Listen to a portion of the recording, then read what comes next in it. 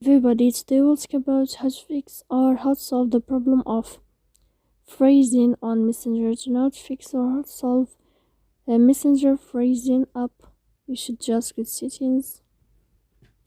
Then you can click apps here, default apps, app settings.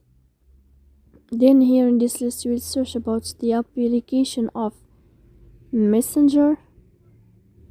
When you'll find it, you can go to first stop and you can click OK. Here will enter to the window of storage. Then you can click clear cache. Don't click clear data because that can cause you errors in your app. And in the end, you can turn off your phone and you can wait a moment to turn on your phone again. So please don't forget to support us by like and subscribe.